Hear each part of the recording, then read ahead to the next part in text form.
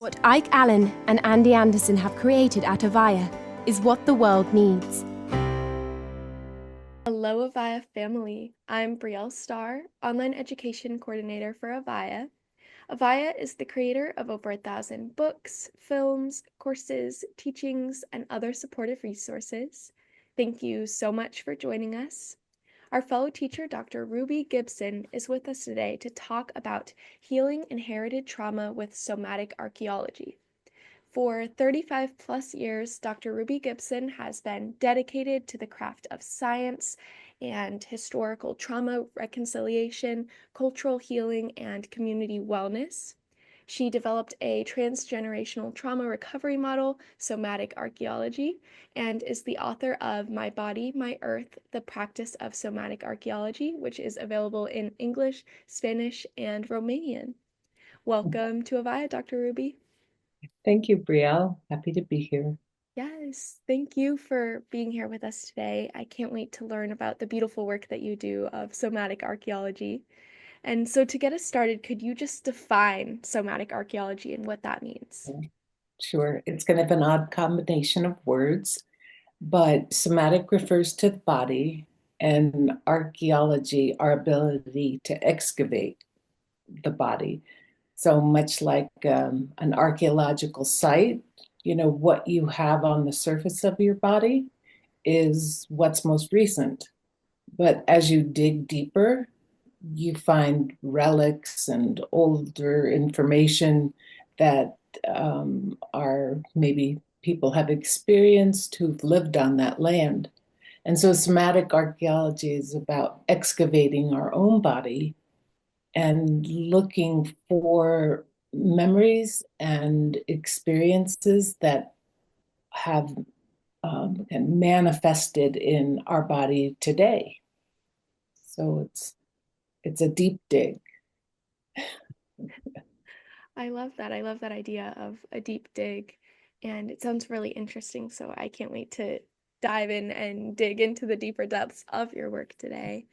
And could you tell us about what inspired you to develop this work and model? Yes, well, for many years I was a massage therapist, and I spent a lot of time working with people, and they would come in with a pain. And when I finished, it was resolved. But then they would come back the next week with the same issue.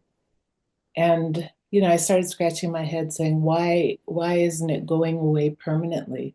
So I began to ask people to feel deeper in, like underneath where they're experiencing the pain.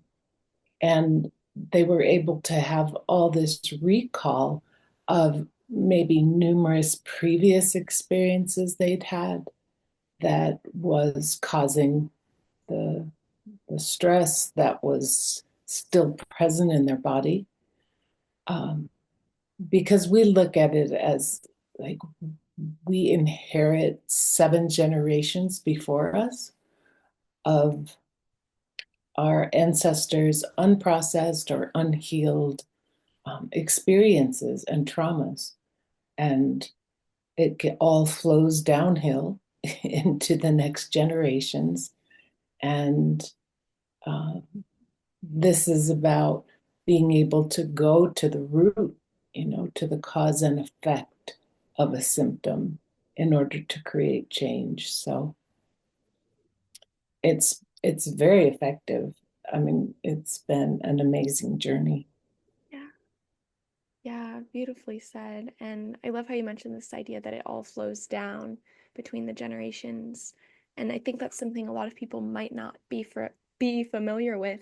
Was there something that made you realize that people were not only suffering from traumas that they had personally endured, but also traumas that they had inherited?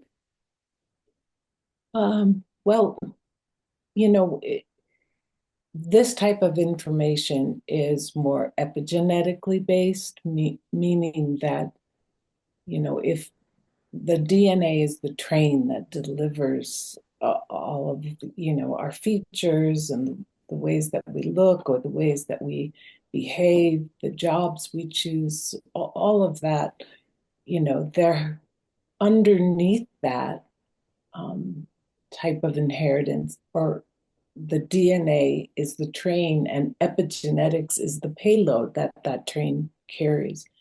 And that's like the emotions, the experiences, the traumas, the social dynamics, you know, the way that people have adapted to their life before us becomes, and especially if it's unresolved or um, they have experienced a lot of chaos, it it flows down, and it it's like a felt sense.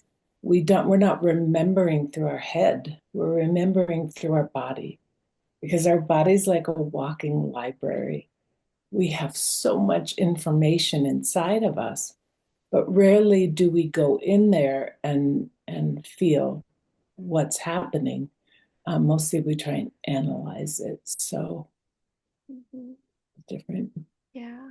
Yeah, definitely. It's so easy to want to analyze everything that we're experiencing. And it sounds like, based on what you just shared, that's not really possible in these scenarios.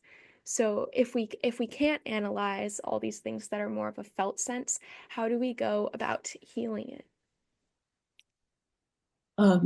Well, we have somatic archaeology has a 5-step process. I notice, I sense, I feel, I interpret, I reconcile. So it's a bottom up kind of neurophysiological process where we don't interpret until we can expose the emotion and the felt sense of it in our body. And then, light bulbs just go off in our head and we get clarity about the experiences we've had and how that's impacted us and, where it comes from. We have to look at it like a pyramid. So if you're standing here at the top, you have 7 generations behind you and 7 generations ahead. And whatever changes you make from what you inherit, if you're able to resolve or reconcile or create change in yourself, it impacts the next 7 generations. So while that may seem complicated, it's actually pretty simple because, we have so much information in our body and it's always speaking to us. And so somatic archaeology is about really listening. And because our bodies don't speak in English, they speak in sensation. That's the language of the body. So we track the senses and the sensations, and it opens up all sorts of memory and sometimes deep pain. I do this work a lot with indigenous peoples who have been colonized and uh, because they have generations and generations of loss. And so um, there's a lot of that going on, and it's easy to forget, try and move forward, but our symptoms can hold us back, or the social shames that our parents or grandparents or great grandparents had can become ours. So it's really about discernment and waking up to what we're holding in our body and how we're manifesting that in our life. Oh, I love that. And I really appreciate all the work that you do in the world and all the people that you help with your somatic archaeology. It's wonderful. And it was also great to hear about how if we can make those changes within ourselves, the 7 generations after us can also be benefited essentially from that change. That's really exciting to hear. And I'm wondering, how has somatic archaeology impacted you personally? Um, it has allowed me to, I mean, I developed it over a number of years, studied it in my doctoral research, and um, it's it helped me to uncover some things in my life that I didn't know about. A lot of times, our ancestors will hold secrets or not share what they maybe adverse experiences they have. And so when those come to light, um, we can really recognize. I mean, and for me, it was really recognizing myself and my potential. I knew at the age of 13 that I was going to be a healer. And I've spent my entire life walking that path. I've had many teachers.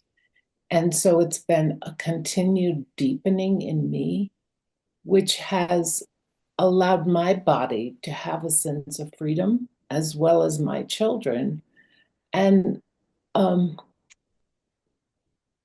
it's brought about a big spiritual renaissance for me. I'm much more tuned in. I'm much more able to kind of feel into um, the ancestors that travel with all of us. And uh, it's been an amazing journey because I've just reached a place in my life now where I can solve problems really quickly. And I have a whole group of ancestors that guide the work. And they never feel like I'm alone doing it. Um, I don't know, it's magical in a lot of ways, but it certainly has um, caused me to evolve beyond, the little box we put ourselves in Mhm. sometimes. Yeah. Oh, wonderful. Yeah, it's awesome to hear about how your work and this process has impacted you, and also that you've been on this path and this has been your mission and your journey throughout since you were so young. It's always lovely when someone's just so in alignment with what they're doing in the world. And now that we have a bit of a better understanding of how it impacted you, are there any common ways or common transformations that you see in the way that somatic archaeology impacts others? Um, yeah, we can inherit patterns like um, sexual assault, say, if that had happened in our family systems, it's one of those things that is just so strongly inherited through epigenetics that it becomes a repeating pattern. And so I've helped a lot of people to recover from sexual assault, especially if it's generational, which it typically is. We just may not have heard that from our ancestors. It's also helps to identify the core of like chronic pain or chronic disease, where that stems from, and how we can remedy that inside of ourselves. It's a little bit like becoming our own doctor because we can cure a lot of different things if we're engaged with our body and we're listening to it and we allow whatever we're holding on to be exposed.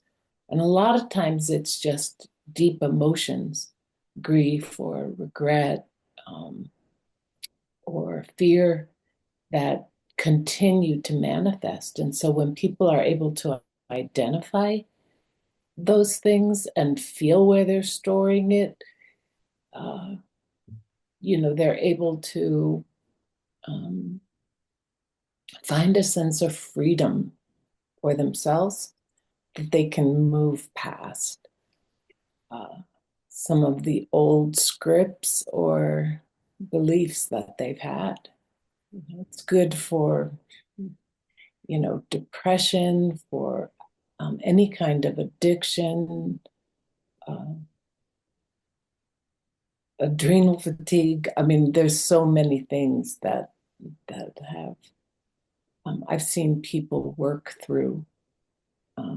And it's always, every day becomes a gift. And I work with a lot of clients. I teach a lot of students. And just to watch their transformation through the process has been probably the best gift of my life, you know? Mhm. Yes, wonderful. Oh, you shared about that so beautifully, and I can tell once again the depth of how much you care about this work and care about impacting yourself and your own life and the generations to come, as well as other people as well. And you mentioned chronic pain there and how that can actually stem from other issues. Do you find that there's a tie between specific types of trauma and specific areas or types of chronic pain? Um, I don't know that it's that simple, or, it just depends on um, how that person has treated themselves, their level of health or toxicity, if they have taken a lot of drugs, maybe that have, suppressed what they're feeling. Um, I mean, chronic pain is just, it's like anger in the body. It's hot, it's fiery, it's typically so painful that we don't know what to do with it. But once you start breathing into those tissues that are holding on so tight, they begin to speak to you, and you have a deeper understanding of why and how your body has adapted in that way. Mhm. Yeah. Yeah.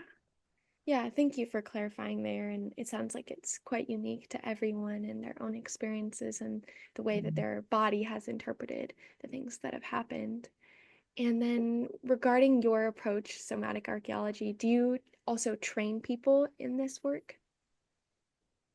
Yes, I have a nonprofit group called Freedom Lodge, and we were funded to help primarily Indigenous women.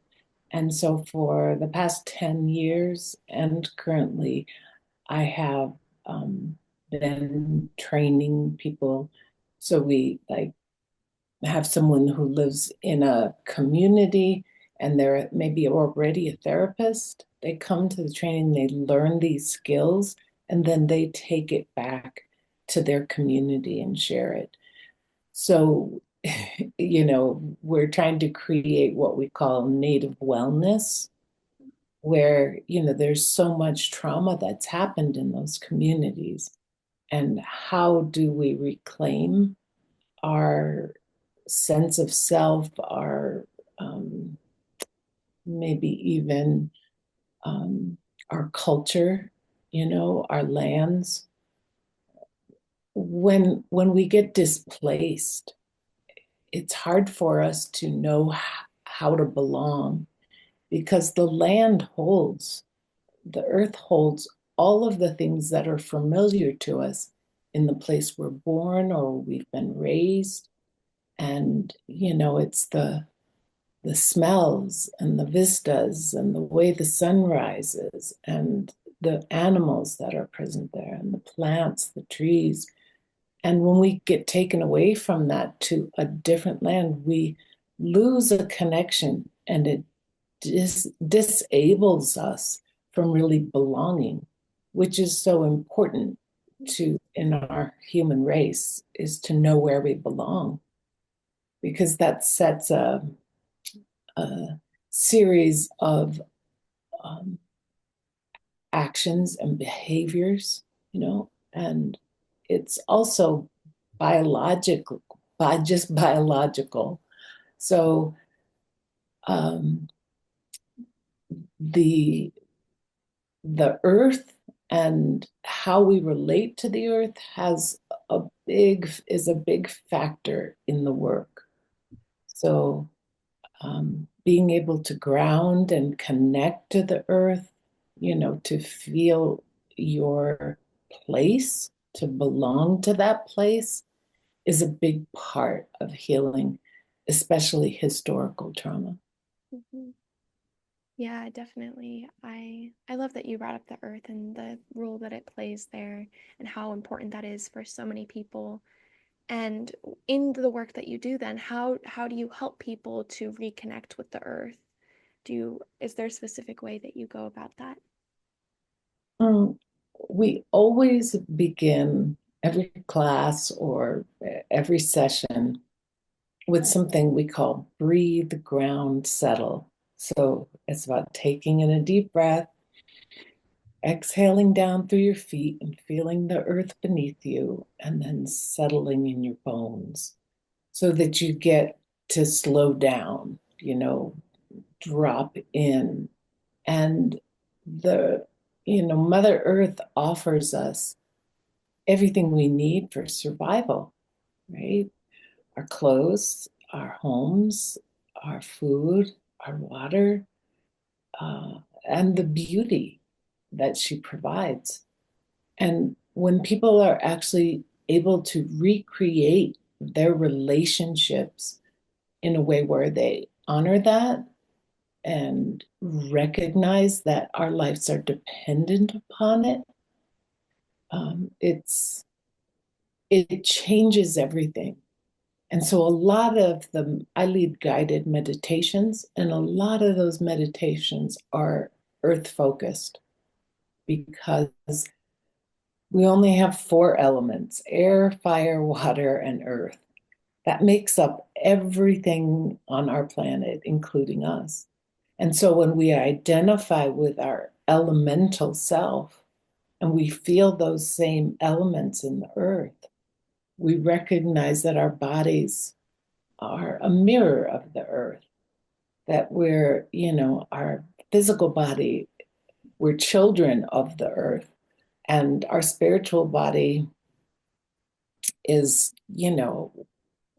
comes from the heavens, the skies, our creator. But being able to dance between both, to take your place here and to bring your spirit here so that you can do what you're most passionate about doing. Because trauma prohibits us from manifesting our destiny. And so I'm just big about that because everyone is born with a dream, whether they recognize it or not. And being able to feel that dream wake up inside of you is so fulfilling instead of masking it or drugging it or just, collapsing into it. And I don't know, I've just trained people all around the world, and everyone gets some kind of epiphany about who they are, where they've been, and how they can then move forward in a good way that's beneficial to them, the people around them, before them, behind them, and to the earth, because we're all related. Mhm. Yes. Oh, beautifully said. And I love that you just now mentioned this idea of that epiphany that people are realizing where they've been and where they're meant to go and what's really truly in alignment with them beyond trauma and things like that that get in the way and block our ability to see that. And it sounds like your method, somatic archaeology, is so effective. How long do you take it find, how long do you think it takes, generally speaking, for people to really notice and feel that transformation that they're experiencing? One session. Wow. I mean, it depends how deep their trauma is. If they're holding on to a lot of grief or anger, resentment, there can be, or even how it's manifested in their body. It can take a few sessions to let it unwind and express itself and, be able to feel like you can move forward. Um, some people are holding more than others. And, um, addiction and alcoholism, at least in our Native communities, have been one of the things that has masked so much grief and doesn't allow, people to move forward. So we work in layers. So you deal with the first layer and it's like, oh, okay, I feel so much better. And then you go a little deeper and deeper and deeper. And some people, want to just do a few sessions and feel stable in their life. And other people want to leave no stone unturned. They want to go and find everything. It's like a deep dive into our bodies. And it can take, I mean, it's really up to the person. I've been a person who has wanted to, I guess, leave no stone unturned. And so I've dug really deep inside of myself, and it's brought me a lot of peace, spiritual awakening, um, a healthy body. And, then I share that with my kids, and they have beautiful lives because I'm choosing to have a beautiful life, and certainly I have trauma in my past and a lot of things I've had to work with. Um, but, one session in and of itself can be extremely transformative, and it's simple. I don't really think it's difficult to heal trauma. I believe it's simple once we apply certain skills. And then each person gets to take those skills and continue to use them so that, they don't always have to be looking outside of themselves for cure. Mhm. Yeah. Oh, Much different than Western medicine. yes, yeah, very different. And it's wonderful to hear about how people are really feeling those transformations after even just one session. And I also love that you mentioned this idea of layers and that there's different layers that people can work with and go as deep as they're ready to go, which is it's always nice to not have to be pushed too far into something that perhaps you're not ready for. But if you are ready to go on that journey, such as yourself, you can really dive deep and keep on peeling back those layers. So I love that. And I'd love if we could talk a little bit about how people can dive deeper with you and the wonderful work that you do. I know you're offering a great free meditation today, which is called Who Are You When You're Free? And then we also have your online learning community. And we have buttons leading over to both of those options down below if you'd like to tell us a little bit about each of them. Sure. Um, we we've taken our trainings and put them on a school site, SKOOL, and we offer a training called Sunrise Somatics, which is anybody can attend. It's 100 hours, and it gives all the basics and the first experiences. Everyone gets a session. It's about learning together as a group. So I think in our current class, we have 18 people, and, we go online once a month uh, for a few days, and we talk, we practice, we do meditations, we engage with each other, and, it's a very intimate kind of sharing, and people find um, their place there, and they listen to other people's stories, and other people listen to theirs, and we learn together.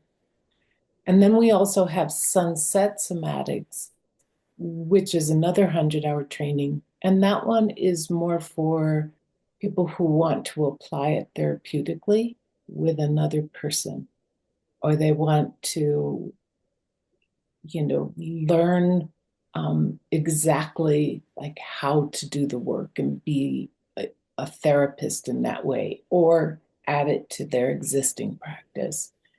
And it's always very exciting because we have to start with ourselves. Because if we can't listen to our own body, we're going to have difficulty listening to someone else's. And so we have those two trainings currently. We do Monday meditations every week and Tuesday night talking circles. We just want to keep the community engaged and learning at whatever level they want to participate. So that's at the school site. And the meditation is just helping people to leapfrog, to um, maybe really recognizing what it might feel like to have freedom to express oneself, to have freedom to reclaim their voice, their choice, and their power. Those are the three things. I think trauma takes away voice, choice, and power. And reclaiming your voice, choice, and power is really the way out of any kind of trauma that you might experience. And so that meditation, Who Are You When You're Free, is about that. It's a guided meditation. And yeah, I mean, people really love my meditations because they're very interactive, they're very earth-based, and they're very helpful. You can listen to them numerous times and get something out of them each time. So I hope people enjoy that meditation. Amazing. Thank you so much for creating and offering all of these amazing resources and ways for people to discover you and your work in somatic archaeology. And as a reminder to everyone watching or listening, you can click the buttons below and head over to Dr. Ruby's website to check that all out. And then, are there any final insights that you'd like to share before we wrap up, Dr. Ruby?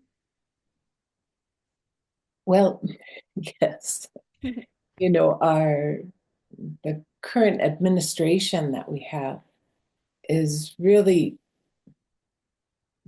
kind of demeaning of the earth and some of the basic principles I think that most of us value and hold. And it's a challenging time right now. And I think it's very stressful for many people because change is happening so fast.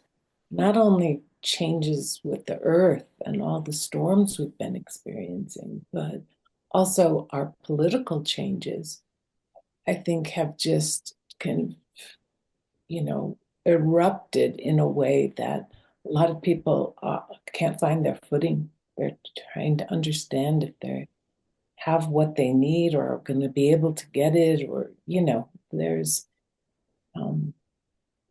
kind of a low grade anger that just seems to be fuming.